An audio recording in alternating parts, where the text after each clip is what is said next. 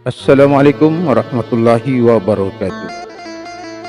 Sahabat Radar Jazira dimanapun berada, kali ini kita berjumpa kembali dan akan berkisah tentang penciptaan jin jauh sebelum Nabi Adam diciptakan.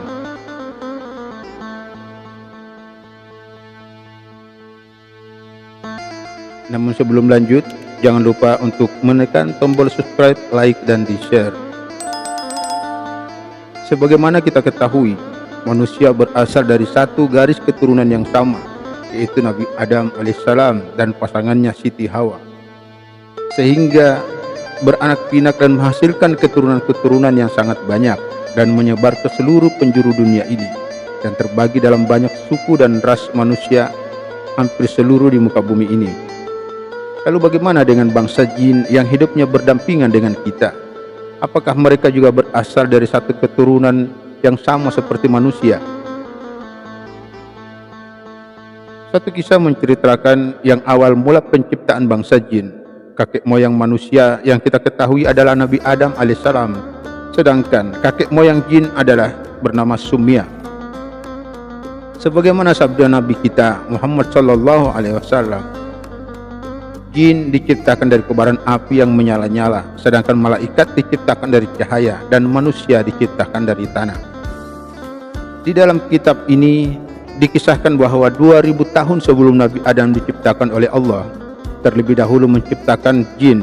Makanya Allah berfirman di dalam Al-Quran, "Tidaklah aku ciptakan jin dan manusia kecuali untuk menyembah kepadaku." Nah, di sana sebutan nama jin terlebih dahulu, kemudian baru manusia. Tandanya ada makhluk yang diciptakan Allah sebelum manusia pertama diciptakan. Kemudian disebutkan dalam kitab itu, jin yang pertama diciptakan bernama Sumia yang tinggal dan hidup di bumi kita ini. Kemudian setelah diciptakan Sumia ini memohon beberapa permintaan kepada Allah Subhanahu wa taala. Yang pertama, semua ini meminta bisa melihat segala sesuatunya di muka bumi ini, namun tidak dapat dilihat. Maksudnya di sini adalah jin itu dapat melihat manusia, namun sebaliknya manusia tidak bisa melihat keberadaan jin. Kemudian sama Allah permintaan Sumia ini dikabulkan oleh Allah Subhanahu wa taala. Yang kedua, Sumia ini meminta apabila di antara kami ada yang mati atau wafat, maka jenazahnya langsung dibawa ke bintang surya, tidak dimakamkan di bumi, atau dibahasakan sekarang bintang surya. Jadi ada satu kisah di sini, Nabi Muhammad sallallahu alaihi wasallam menyuruh Bilal bin Rabah untuk mencarikan sumur dan ambil air dari sumur tersebut, karena baginda waktu itu mau berwudu setelah jauh berjalan. Akhirnya Bilal menemukan sebuah sumur, lantas ia mendekati sumur tersebut dan mengambil air di dekat sumur itu. Ada seseorang yang sedang berdiri, lalu Bilal meminta izin kepada orang tersebut untuk mengambil air. Namun orang tersebut tidak mengizinkan. Kemudian terjadilah perkelahian antara keduanya, dan perkelahian itu dimenangkan oleh Bilal bin Rabah, sehingga lawannya tadi terbunuh hanya untuk mengambil air untuk Nabi besar Muhammad sallallahu alaihi wasallam. Lalu air tadi dibawa ke tempat Nabi dan Bilal bercerita, "Oh ya Rasulullah, tadi ada yang menghalangi saya di sumur tempat saya mengambil air ini." Kata Rasulullah sallallahu alaihi wasallam, "Siapa yang menghalangimu?" Bilal pun menjawab, "Ada seseorang ya Rasulullah di sumur itu, sehingga aku terlihat dan terlibat perkelahian dan aku yang membunuhnya." Lalu Rasulullah sallallahu alaihi wasallam menjawab, "Itu adalah jin. Coba sekarang kamu kembali ke sumur itu dan lihat, pasti sudah tidak ada jenazahnya di sana." Kemudian Sayyidina Bilal mengecek kembali ke sumur tersebut, dan memang benar jenazahnya sudah tidak ada. Nah, ini adalah salah satu permintaan dari Sumia tadi kepada Allah, yang dimana dikatakan tiap bangsa jin yang mati maka jenazahnya akan langsung dibawa ke bintang surya untuk dimakamkan di sana. Jadi bukan dimakamkan di bumi.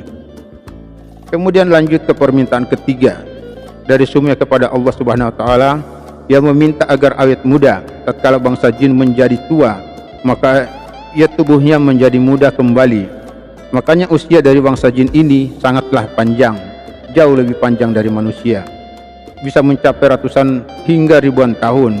Kemudian di suatu hari Sumia ini menikah dengan jin pasangannya yang diciptakan oleh Allah Subhanahu wa taala. Lalu dari hasil keduanya memiliki keturunan yang sangat banyak jumlahnya, hingga keturunan dari mereka ini mendirikan kerajaan-kerajaan yang sangat banyak juga jumlahnya. Kemudian setelah terdapat banyak kerajaan-kerajaan jin di muka bumi ini, akhirnya mereka saling berperang untuk memperebutkan daerah kekuasaan dan saling menumpahkan darah, saling membunuh satu sama lainnya. Setelah itu Allah memerintahkan para malaikat untuk turun ke bumi dan memusnahkan jin yang berperang ini.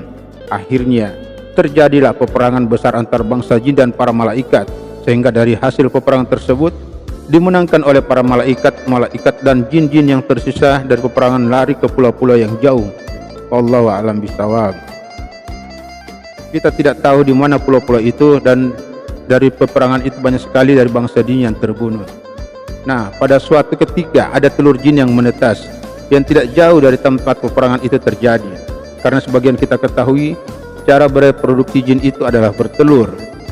Lain halnya dengan manusia dengan cara melahirkan. Tatkala telur itu menetas dan mengeluarkan anak jin, lalu ada satu malaikat yang iba dengan anak jin ini.